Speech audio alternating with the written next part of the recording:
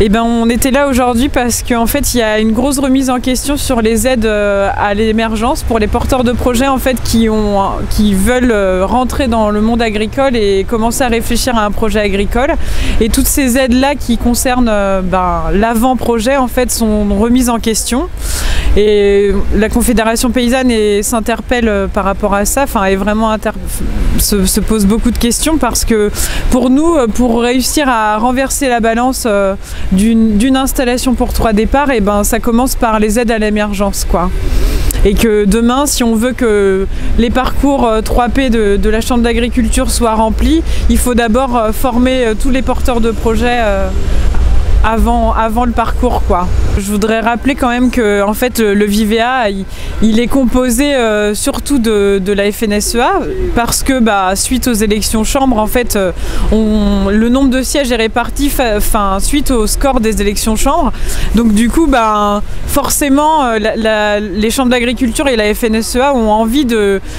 protéger leur parcours à l'installation, et du coup si on réduit le nombre de fonds Vivea et qu'on les supprime pour les porteurs de projets, on protège surtout le parcours de la chambre et ce qu'elle propose, quoi.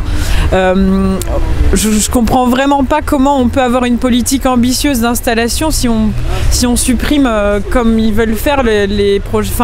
l'aide à l'émergence en fait. C'est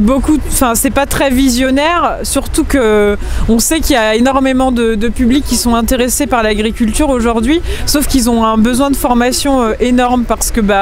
l'agriculture ça s'apprend pas en 2 jours, et puis en fait on est en train de demander aux porteurs de projets d'arriver avec un projet bien défini alors que même ils n'ont pas exploré tout ce qu'ils pouvaient faire, quoi. Et l'émergence c'est aussi l'occasion de réfléchir à son projet, à réfléchir à la production qu'on veut faire et surtout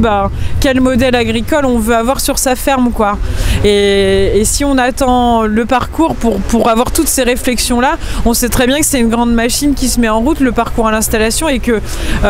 déjà le nombre de journées identifiées dans le parcours à l'installation en fait suffisent à remplir le montant des 2000 € dont on nous parle, quoi. Donc on s'interpelle, et puis il me semble qu'une des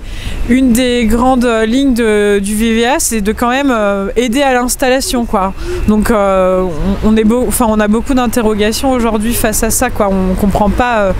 comment ils veulent y répondre, quoi. C'est surtout, on se rend compte que ça va être beaucoup de formations qui sont faites dans toutes nos associations, dans le réseau Impact, dans tous ces endroits-là où on a une vraie réflexion sur quel modèle agricole on veut faire et qui répond aussi vraiment aux attentes des citoyens et aussi de l'agriculture de demain qui veut répartir le foncier, qui veut répartir les volumes, réfléchir à la valeur ajoutée qu'on veut faire sur les territoires, et là ça va à l'encontre en fait de ce qu'on a envie de proposer pour demain pour l'agriculture, quoi. On comprend, former que les agriculteurs en fait ça veut dire on essaye de changer les choses mais de l'intérieur, alors qu'on peut aussi préparer la nouvelle génération à des projets différents, quoi, que ce qui est proposé aujourd'hui, et ça c'est vraiment primordial de le rappeler, quoi.